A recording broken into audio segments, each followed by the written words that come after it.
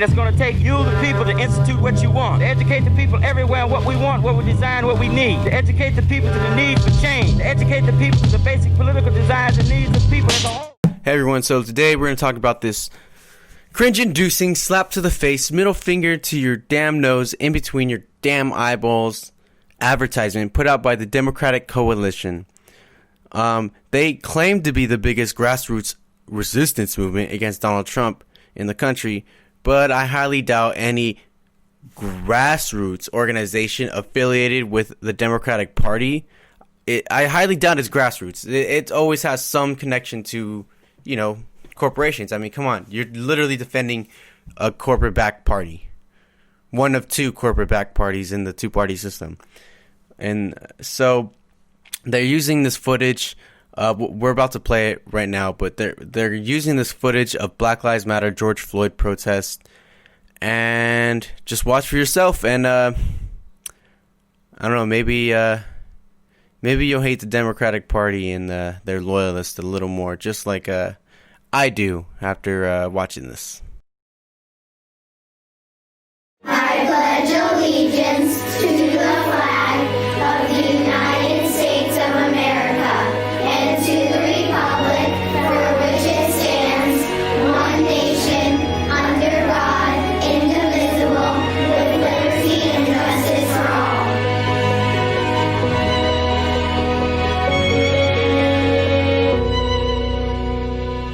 all. Okay, so basically, it's a slap to the face, man.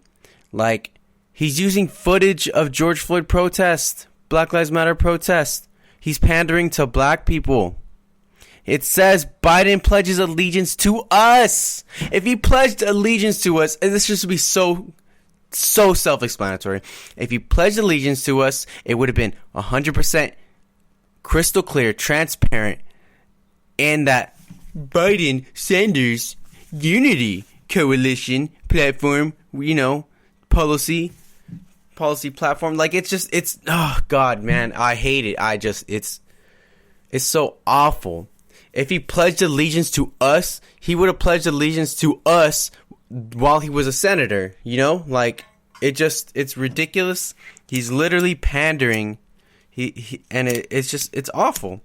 Like, he pledges to he has pledged, which Bernie Sanders has constantly called him out on, to, cut Social Security funding. He has literally told people to their faces who feel like they need social health care, Medicare for all. He's literally told those type of people who need it the most to their faces that he doesn't agree with Medicare for all. It's ridiculous. He's responsible for so much of the systemic racism and the unnecessarily tight grasp that the prison industrial complex has on this country and our politicians, which is almost, if not more, tightly gripping Congress than the military industrial complex. So he's responsible for so much of this crap. There was even an article put out recently where he was putting together a team of 600 lawyers because he's scared that Donald Trump and the Republicans are going to rig the election.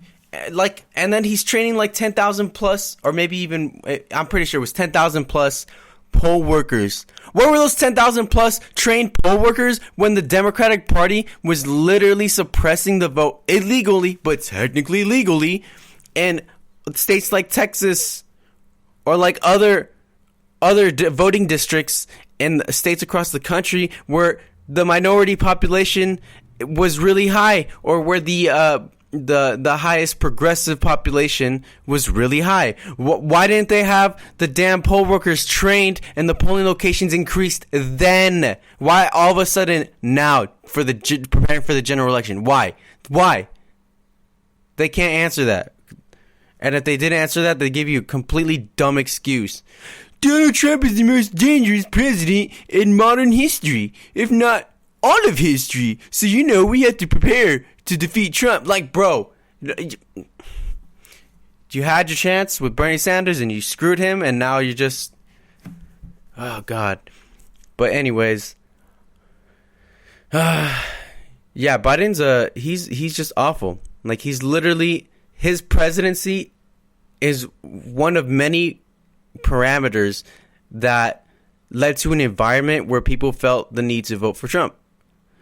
And on top of that, it's pretty clear, like it's public knowledge that Hillary Clinton had CNN and MSNBC ramping up Trump, pumping him up, giving a lot of coverage because she thought he'd be the easiest person to beat. And he lost. I mean, sure, he'd lost the popular vote, but he still is the president. So yeah, this is why we need to join a third party in 2022. And like the thing that makes this even more sad is the video on Twitter. There's people commenting saying they have like no money because they have no jobs, but they're still trying their best, their hardest to find a $5 to donate to Joe Biden because he's the best home this country has. Man, I feel so sorry for those people. I truly do. Like, how are you gonna donate your only $5 to someone who doesn't and never has and never will care about you? Like, it's just so simple. He never will do anything to help you, the people. And neither will Donald Trump. The only difference between Biden and Donald Trump is all he cares about is himself, looking out for number one. And Joe Biden, he just cares about looking out for the oligarchs and the corporate elites. So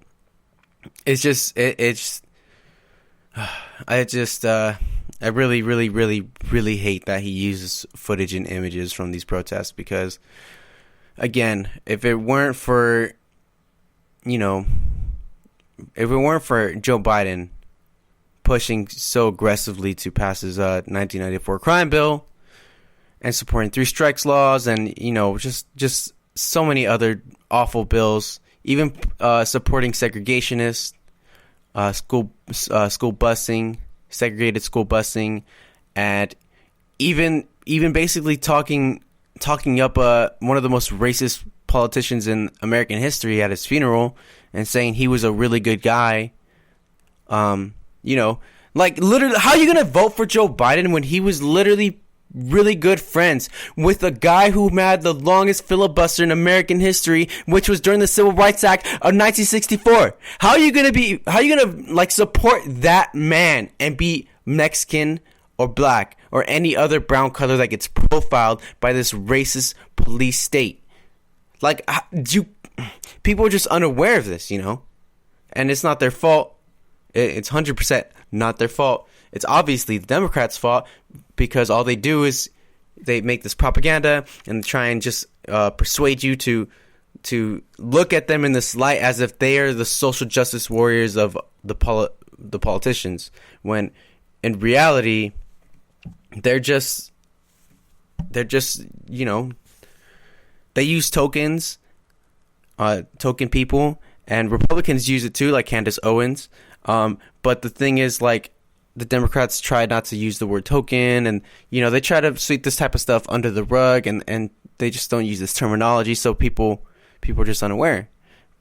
But again, this is a slap to the face, a middle finger to all Americans of all colors, and Joe Biden is a piece of garbage, a flaming human garbage.